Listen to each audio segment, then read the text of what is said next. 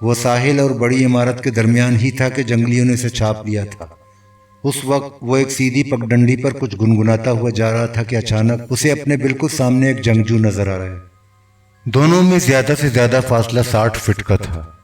اس کے جسم پر جنگلی رنگ نظر آ رہے تھے اور وہ اپنا خنجر لہرا رہا تھا۔ سکندر خان کے اندر کا خوف ہی اس کے لیے فیصلہ کن دشمن ثابت ہوا۔ اگر وہ نوید، رمفو، شاہور، شہروز، انوار ہی ہوتا تب بھی وہ اس جنگجو کو غچہ دے کر جان بچا سکتا تھا۔ اس کے ہاتھ میں ایک بھاری بالٹی بھی تھی جس کو وہ ہتھیار کے طور پر استعمال کر سکتا تھا، لیکن خوف نے اس کی روح تک پنجے گاڑ دیے تھے۔ لیکن وہ خود پر قابو پا لیتا تو جنگلی پر بھی قابو پا سکتا تھا، کیونکہ جنگلی اس سے زیادہ خوفزدہ بلکہ دہشت زدہ تھا۔ سکندر خان کا راستہ اس نے ہنسی خوشی نہیں روکا تھا، اس میں اس کی مرضی شامل نہ تھی بلکہ یہ پادری کا حکم تھا۔ سکندر خان ٹھٹک گیا تھا، جس کی وجہ سے جنگلی کی ہمت بڑھ گئی تھی۔ اس نے ایک قدم آگے سکندر کی طرف بڑھایا اور سکندر خان نے پلٹ کر بھاگنے کی کوشش کی تھی۔ پھر اسے یوں لگا تھا جیسے اس کے پر کھینچ دیے گئے ہوں، کیونکہ اس کے پیچھے بھی ایک جنگلی موجود تھا۔ یہاں اگر سکندر خان بوکھلاہٹ میں مبتلا نہ ہو جاتا تو بچنے کا ایک موقع تھا۔ اسے صرف چیخنا تھا۔ اس کی چیخ اختر یا حشمت سن لیتے، یہ آواز بڑے مکان تک بھی پہنچ سکتی تھی اور وہ لوگ اس کی مدد کو دوڑ سکتے تھے، لیکن سکندر خان کی چیخ بھی نہ نکل سکی تھی۔ دونوں جنگلی اس کی جانب بڑھنے لگے تو سکندر خان کے ہاتھ سے بالٹی گر گئی۔ وہ پہلا شخص جس نے پہلا وار کیا اس کے عقب سے آیا تھا۔ پھر جاڑیوں میں طوفان سا پیدا ہو گیا تھا۔ ایک بھاری بھرکم ہاتھ نے اس کا منہ دبا دیا تھا۔ اس نے اس ہاتھ کو دانتوں سے کاٹنے کی کوشش ضرور کی تھی، لیکن وہ ناکام رہا تھا۔ پھر اس کے منہ پر کس کر ایک کپڑا باندھ دیا گیا تھا۔ سکندر خان بے ہوش نہیں ہوا تھا، اس کی آنکھیں بھی کھلی ہوئی تھی، لہٰذا اس نے محافظ کو پہچاننے میں کوئی غلطی نہیں کی تھی۔ وہ اسے یورک کے مکان میں لائے تھے، جہاں سردار کے علاوہ دوسرے بوڑھے سردار اور پادری موجود تھے۔ مکان کے اندر موم بتیوں کی روشنی پھیلی ہوئی تھی۔ اس مکان کا اندرونی حصہ پہلے صرف منوچہر اور شہروز نے دیکھا تھا، مگر اب یہاں سکندر خان بھی موجود تھا اور ہر طرف کھڑے ہوئے پسینے میں تر بدن والے خوفناک چہرے اسے گھور رہے تھے۔ سکندر خان کو دھکا دے کر یورک کے قریب کھڑا کیا گیا۔ اب سردار یورک سے اس کا فاصلہ محض چند قدم کا تھا۔ منہ پر بندھے ہوئے کپڑے کی وجہ سے جبڑوں میں درد ہونے لگا تھا، اور کیونکہ بندش کی وجہ سے رخساروں کا گوشت اوپر اٹھ گیا تھا، لہٰذا آنکھیں بھی متاثر ہو رہی تھیں۔ یورک اپنی سرخ سرخ آنکھوں سے اسے دیکھے جا رہا تھا۔ وہ صرف اپنی بقا کے بارے میں فکر مند تھا۔ اس کی زندگی ایک اہم موڑ پر تھی۔ سکندر خان دیوتا یا شیطان ثابت ہوتا تو یہ یورک کی موت ہوتی، لیکن اگر ان جیسا انسان نکلتا تو یہ اس کی زندگی ہوتی۔ یورک کے چہرے پر خوفناک تاثرات دیکھ کر سکندر خان دعائیں مانگنے لگا، لیکن اسے یقین تھا کہ یہ دعائیں قبول نہیں ہوں گی۔ یورک مان ہی آگے بڑھا تھا اور اس نے دیوار کے ساتھ کھڑے ہوئے ایک بوڑھے شخص کو بغور دیکھا۔ یہی ان کا مہنت اور پادری تھا۔ چند لمحوں بعد پادری نے بھی آگے بڑھ کر کچھ کہنا یا پڑھنا شروع کر دیا۔ اس کے گنجے سر پر پسینے کی بوندیں چمک رہی تھیں، بغلوں تک سے پسینہ بہہ رہا تھا، جس کی وجہ سے اس کا جبہ تک بھیگ رہا تھا۔ اس کے دانت یرقان زدہ آنکھوں کی طرح زرد تھے اور کالے مسوڑھے صاف نظر آ رہے تھے۔ یہ رہا گوری اور سانولی چمڑی والا، پادری نے کہا۔ یہ لوگ دیوتاؤں کی طرح آئے تھے لیکن شیطان بن گئے۔ انہوں نے ہمارے پیٹوں میں پانی بھر دیا اور پانی کے نکلنے سے ہم مرنے لگے۔ انہوں نے ہمارے معدوں میں موت کے بیج ڈال دیے۔ یہ دیوتا نہیں، نگینا نے ہمیں ان کے بارے میں سب کچھ بتا دیا ہے۔ یہ لوگ ہماری زندگی چرانے آئے ہیں۔ میں تم سے کہتا ہوں یہ سڑے ہوئے پھل ہیں، ان کا خون کالا ہے اور یہ خوف زدہ ہیں۔ میں دیوتاؤں کا پیروکار ہوں، میری بات غور سے سنو، جیسا کہتا ہوں ویسا ہی کرو، میری بات غور سے سنو۔ اس طرح ہم اس گندگی سے نجات حاصل کر لیں گے جو انہوں نے ہم پر مسلط کر دی ہے۔ سکندر خان خوف سے کانپنے لگا۔ اس کی سمجھ میں کچھ نہیں آ رہا تھا کہ پادری کیا کہہ رہا ہے، لیکن اس کے لہجے سے اسے خوف محسوس ہو رہا تھا، اور اس خوف کو دیکھ کر پادری کے حوصلے بڑھ گئے تھے۔ پادری یورک کی طرف پلٹا، اور بات اس عورت کی بھی ہے جو کبھی ہم میں شامل تھی۔ اس بار پادری کی آواز بہت اونچی تھی۔ مجھے یقین ہے کہ اس عورت کے بطن سے جو بچہ جنم لے گا وہ دوسری عورتوں کو بھی خراب کرے گا۔ وہ ہمیں تباہ کرنے والے ان گوری چمڑی والوں کی ساتھی بن گئی ہے، لیکن ہم اس سے بعد میں نمٹیں گے۔ پہلے یہ کہہ کر وہ ایک بار پھر سکندر خان کی طرف پلٹا۔ اب وہ اپنے استخوانی ہاتھ سے سکندر خان کی طرف اشارہ کر رہا تھا۔ اس شیطان کی تباہی لازمی ہے۔ یہ کہنے کے بعد اس کا منہ بند ہو گیا۔ مکان پر خوفزدہ خاموشی چھا گئی۔ سکندر خان گھبرا کر ادھر ادھر دیکھنے لگا۔ پادری اسے گھورے جا رہا تھا۔ اب میں دعا کروں گا، پادری نے مان سرسراتے ہوئے لہجے میں کہا۔ میرے آقا، میں ہدایت کا طالب ہوں، رہنمائی کے لیے تیرا ہاتھ اپنے ہاتھ میں لینا چاہتا ہوں۔ اس شیطان کو مٹانے کے لیے میری مدد کر، وگرنہ یہ لوگ ہمیں تباہ کر دیں گے، ہمارے دیوتاؤں کے گھروں کا تاراج کر دیں گے اور ہمارے بچوں کو اور ان کے بچوں کو عقیدے سے بے عقیدہ کر دیں گے۔ یہ کہہ کر اس نے اپنا ہاتھ اٹھایا۔ اس کے بازو کا گوشت ہڈیوں سے الگ جھول رہا تھا۔ اس کا جسم اکڑنے لگا۔ کمرے میں اب پھر سنگین سناٹا تھا۔ لوگوں کی سانسوں کی آواز بھی نہیں آ رہی تھی۔ پھر اچانک پادری کانپنے لگا۔ پھر اس کے حلق سے ایک عجیب سی چیخ نکلی، آئی امی امی امی۔ اس چیخ نے سناٹے کو توڑ دیا۔ اچانک ایک شخص نمودار ہوا۔ یہ شخص ہاتھ پیروں کے بل چل رہا تھا۔ اس کے منہ میں ناریل کا خالی کھوکا دبا ہوا تھا۔ اس نے اسے پادری کے قدموں میں رکھ دیا۔ پادری نے خالی ناریل کو اٹھا کر یورپ کی طرف بڑھایا۔ یورپ نے پہلے ناریل کو اور پھر سکندر خان کو دیکھا۔ اس کے ساتھ ہی پادری سکندر خان کے بہت قریب آ کر کھڑا ہو گیا۔ اسی کے ساتھ سکندر خان کو دو افراد نے پکڑا کر گرا دیا۔ پھر ناریل سکندر خان کے سر کے قریب گرا کر توڑا گیا۔ مضبوط ہاتھوں نے سکندر خان کو فرش سے اٹھایا۔ پھر کسی نے اس کے منہ سے کپڑا کھینچ لیا۔ اس بار اسے چمکتا ہوا خنجر نظر آیا۔ یہ دو دھاری خنجر تھا اور خنجر یارک کے ہاتھ میں تھا۔ خنجر والا ہاتھ نیچے آیا تو سکندر خان کی چیخ نکل گئی۔ پادری اس وقت تک سکندر خان کو گھورتا رہا جب تک اس کے جسم کا تڑپنا بند نہیں ہوا۔ پھر جب جسم ساکت ہو گیا تو وہ فاخرانہ انداز میں آگے بڑھا۔ یارک پیچھے ہٹ گیا۔ خون آلود خنجر اب بھی اس کے ہاتھ میں تھا۔ پادری نے جھک کر سکندر خان کی کٹی ہوئی گردن پر ہاتھ پھیرا تو اس کی انگلیاں گھاؤ کے اندر ہڈیوں تک پہنچ گئیں۔ یارک کھڑا ہو گیا۔ اس کی انگلیوں سے خون بہہ رہا تھا۔ سکندر خان کا خون۔ نہیں، یہ دیوتا نہیں، دیوتا نہیں، دیوتاؤں کے جسم میں انسانوں کی طرح کا خون نہیں ہوتا۔ اس نے اعلان کیا۔ تم لوگ مجھے چھوڑ کر کہیں نہیں جاؤ گے، منوچہر نے غصیلے لہجے میں کہا۔ پستول کا رخ شہروز کی طرف تھا۔ رمفو نے ایک طویل سانس لے کر کپتان کی طرف دیکھا۔ وہ کپتان کے بہت قریب تھا، اتنا قریب کہ اگر منوچہر گولی چلاتا تو وہ رمفو کو چاٹ جاتی۔ شہروز کو علم تھا کہ کپتان کے دو پستولوں میں سے ایک پستول خالی ہے، لیکن سوال یہ تھا کہ کیا یہ والا پستول خالی ہے؟ اسے یقین تھا کہ رمفو کی بندوق بھری ہوئی ہے۔ تم کہاں جانا چاہتے ہو؟ منوچہر نے پوچھا۔ اس کی آواز معمول سے بھی زیادہ دھیمی تھی۔ ہمارے خیال میں اس عمارت کے اندر کوئی موجود ہے، شہروز نے ٹھہرے ہوئے لہجے میں کہا۔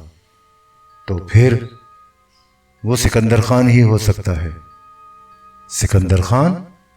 جی ہاں۔ وہ کہاں ہے؟ میں یقین سے تو نہیں کہہ سکتا، لیکن ممکن ہے کہ اندر ہو، اور شاید اسی کے گارڈ کو ہم نے گولی ماری ہے۔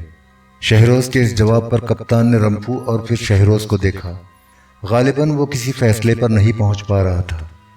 ادھر شہروز سوچ رہا تھا کہ کیا وہ آگے بڑھ کر کپتان کے ہاتھ سے پستول چھین لے، لیکن اس میں خطرہ یہ تھا کہ کہیں منوچہر لبلبی نہ دبا دے۔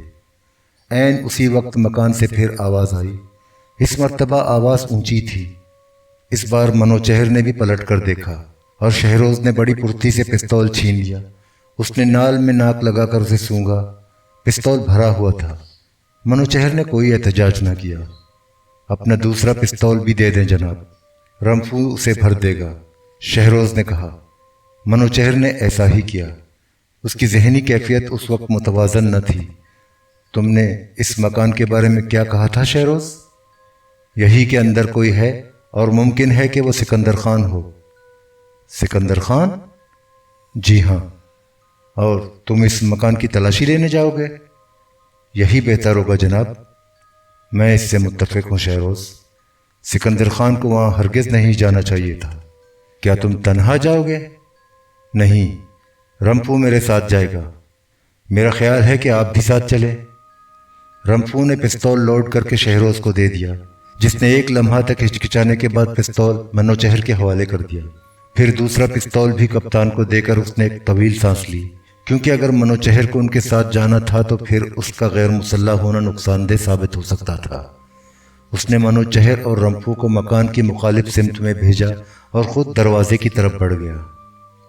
دروازہ ایک بانس کی مدد سے بند تھا جو لات مارنے سے کھل گیا۔ پھر وہ دونوں ہاتھوں میں پستول لے کر اندر داخل ہونے لگا۔ بانس اس کے پیروں تلے آ کر ٹوٹ گیا اور ٹوٹنے کی آواز شاید دور تک سنی گئی۔ اندر عجیب سی بو تھی اور گھپ اندھیرا تھا۔ اس نے بغور دیکھا لیکن تاریکی کے باعث اسے کچھ نظر نہیں آیا۔ پھر اس نے دائیں طرف کوئی آواز سنی۔ وہ غور کرتا رہا اور مان اسے احساس ہوا کہ یہ آواز منوچہر کی طرف سے آئی ہے۔ نہ جانے وہ کیا کہہ رہا تھا۔ سکندر خان، شہروز نے ہلکے لہجے میں آواز دی، لیکن اسے یقین تھا کہ اسے کوئی جواب نہیں ملے گا۔ کیا تم یہاں ہو سکندر خان؟ اس نے پھر آواز دی، لیکن جواب میں اسے دیوار کی دوسری طرف سے منوچہر کی آواز سنائی دی۔ وہ واپس جانا چاہتا تھا، لیکن ایک آواز نے اس کے قدم روک دیے۔ کوئی کہیں قرب و جوار میں تھپ تھپا رہا تھا۔ باہر رمپو نے اپنی بندوق سیدھی کر لی، کیونکہ اسے جو آواز سنائی دی تھی وہ قریب ہی سے آئی تھی۔ وہ تن کر تیار کھڑا ہو گیا۔ شہروز جس جگہ کھڑا تھا وہ اوپر کہیں لے جاتی تھی۔ پھر جب اسے بائیں طرف سے آواز دوبارہ سنائی دی تو آہستہ آہستہ اوپر چڑھنے لگا۔ اچانک ہی اسے زمین پیروں تلے نکلتی ہوئی محسوس ہوئی، لیکن اس نے بمشکل توازن برقرار رکھا۔ پھر بھی وہ لڑکڑا گیا اور وہ گڑھے میں گر گیا۔ اسے اندازہ ہو گیا کہ وہ کسی جال میں ہے اور اس جال میں کوئی اور بھی ہے۔ اس نے پستول سیدھا کر کے چھت کی طرف فائر کر دیا۔ فائر کی وجہ سے ہونے والی پل بھر کی روشنی میں اس نے ایک جسم دیکھا۔ اس کنویں نما جال میں ایک شخص کی لاش پڑی ہوئی تھی اور ذرا دور کوئی بندھا ہوا پڑا تھا۔ اب رمپو بھی دروازے پر پہنچ کر رک چکا تھا۔ اس نے شہروز کو پکارا۔ منوچہر اس کے پیچھے تھا۔ شہروز نے جواب دے کر اسے احتیاط سے آگے آنے کی ہدایت کی اور پھر بندھے ہوئے جسم کو ٹٹولا۔ اس جسم سے سندل کی مہک آ رہی تھی۔ رمپو، ادھر آؤ، شہروز نے معنی چلا کر کہا، لیکن گڑھے کا خیال رکھنا، میں ایک قبر میں ہوں۔ یہ کہتے ہوئے اس نے سندل جیسے مہک والے جسم کی بندشیں کھول دی۔ کیا سکندر خان مل گیا جناب؟ رمپو نے پوچھا۔ نہیں، شہروز نے پرجوش لہجے میں کہا، لیکن یہاں ایک دوست قید ہے۔ اب تم دروازے کی طرف چلو، میں تمہاری رہنمائی میں نکلوں گا۔ شینا نے بندشیں کھلنے کے بعد طویل سانس لی اور سر جھکا لیا۔